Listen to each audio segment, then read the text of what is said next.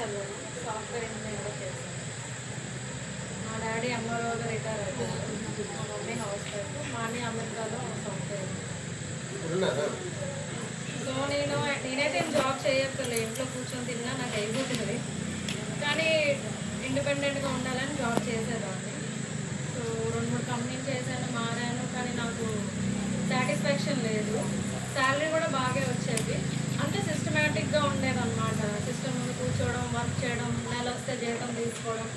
నాకు ఒక క్వశ్చన్ వచ్చేదన్నమాట, అంటే ఇదేనా జీవితం, అందరూ చేస్తుందే చేయాలా? పెళ్లి చేసుకోవడం, జాబ్ చేయడం, మళ్ళీ వాళ్ళ బాధ్యతలు, మళ్ళీ చనిపోవడం, ఇదేనా? అసలు ఇదంతా ఏంటి, ఎందుకు, నేను ఎవరు అని తెలుసుకున్నాను ఆలోచన అయితే వచ్చింది. నేను చిన్నప్పటి నుంచి చాలా భక్తిలోనే ఉండేదాన్ని, సేవలు కూడా చేసేదాన్ని.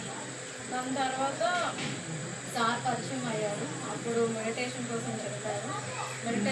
మెడిటేషన్ రాకముందు నాకు చాలా కొంచెం కోపం, ఫ్రస్ట్రేషన్ ఉండేది, యాంగ్జైటీ ప్రాబ్లమ్స్, స్ట్రెస్ బాగుండేది అనమాట. జ్ఞానంలోకి వచ్చాక అవి ఏమీ లేవు, అన్నీ ఎగిరిపోయేవి. సో మంచిగా ఆలోచించగలుగుతున్నాను, నిర్ణయాలు బాగా తీసుకోగలుగుతున్నాను. నెక్స్ట్ నా లైఫ్ అయితే బాగా చేంజ్ అయ్యింది, అనుకున్నవన్నీ జరుగుతున్నాయి. ఇప్పుడు ఒక పాజిటివ్ వేలోకి వెళ్తుంది. బాగుంది అంటాను. అంటే ఎంఏ బీటెక్ చదివింది, జాబ్ చేయొచ్చు, ఏమైనా చేయొచ్చు. ఆ కలెక్టర్ అవ్వచ్చు, సీఎం అవ్వచ్చు, ఎవరైనా ఉన్నారు. తన లోపల తను ప్రయాణించదంటే ఎవరు తీసుకురాడు. కనుక మీకు అద్భుతమైన విషయం వచ్చింది. ఈ ధ్యానం ఎక్కడ చేయాలో తెలుసా? ఎవరి ఇంట్లో చేసుకోవచ్చు, పొలం గొట్టలో చేసుకోవచ్చు, ఎక్కడైనా చేసుకోవచ్చు. వస్తారా భజనకి ముందుగా భజన తర్వాత ధ్యానం చేసుకోండి. నేను చాలా భక్తి చేసా, చిన్నప్పటి నుంచి పూజలు చేసా, అన్నీ చేసా. కానీ పూజ చేసినంత వరకు బాగుండేది. తర్వాత మళ్ళీ అదే ఆలోచన, ఓవర్ థింకింగ్, అది ఏంటి ఎన్ని చేసినా ఇంతేనా అని ఉండేదన్నమాట. దాని తర్వాత అంటే భక్తితో పాటు, శ్రవణంతో పాటు మెడిటేషన్ ఎంత ఇంపార్టెంటో నాకు అప్పుడు అర్థమైందన్నమాట. ఏం చేసినా కూడా మనం మెడిటేషన్ అయితే చేయాలి.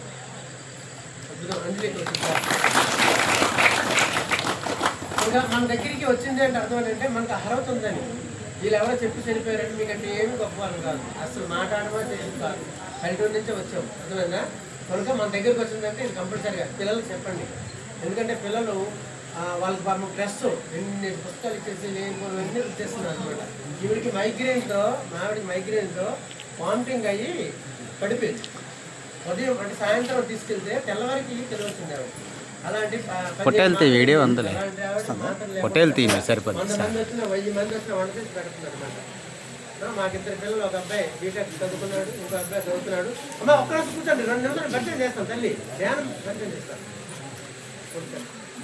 కూర్చోండి అందరూ, వేలు పెట్టుకొని ఎక్కడున్నారు అక్కడ కూర్చోండి.